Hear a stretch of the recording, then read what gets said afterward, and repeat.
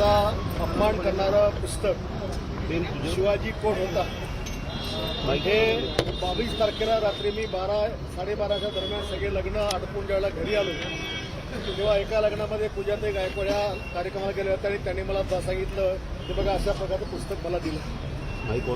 साधारणतः पाऊण वाजला असेल, मी जेवणही केलं नव्हतं आणि तेवढ्या दरम्यान मी ते पुस्तक पाहिल्याबरोबर त्याला फोन लावला. तर फोन लावताना मी अतिशय आपुलकीने म्हणलं, प्रकाश भाऊ हे पुस्तक तुम्हाला महाराजांचा अपमान करणं वाटत नाही का? पण जसा जसा मी बोलत गेलो तसा तसा तोही अतिशय टरेल भाषा करत गेला आणि मग आपसुकच शिवरायांच्या प्रेमापोटी तुम्हाला सगळ्यांना माहिती आहे की या गोष्टी मला सहन होत नाही म्हणून माझ्या तोडून ती शिवराय भाषा निघाली. त्याबद्दल आपण श्रीदेहाचा अपमान होतो म्हणून आपण त्याच्याबद्दल दिलगिरी व्यक्त केली. पोलिसांनी काय NC दाखल केली तो त्याला आपण सामोरं जाणार, परंतु हे सगळं तिथं संपायला पाहिजे होतं. पण त्यानंतर बुलढाण्यामध्ये जाऊन आम्ही संजय गायकवाड यांच्या घरावर वाचन करून आपण तेव्हाही सांगितलं की तुम्ही वाचन माझ्या घरात करा.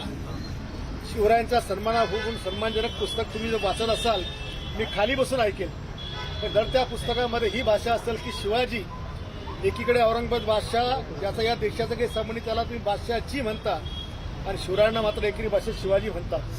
हेही त्या पुस्तकात म्हटलंय की शिवाजी हा मराठा जातीचाच नव्हता, म्हणजे ही ते कधीच मराठा होते हेही त्या पुस्तकात म्हटलेलं आहे. आणि अशा अनेक क्षत्रिय सुद्धा ते नव्हते असाही अनेक पुस्तकामध्ये उल्लेख होता. आणि म्हणून मला आपल्या मुख्य नेत्यांकडे फोन आला की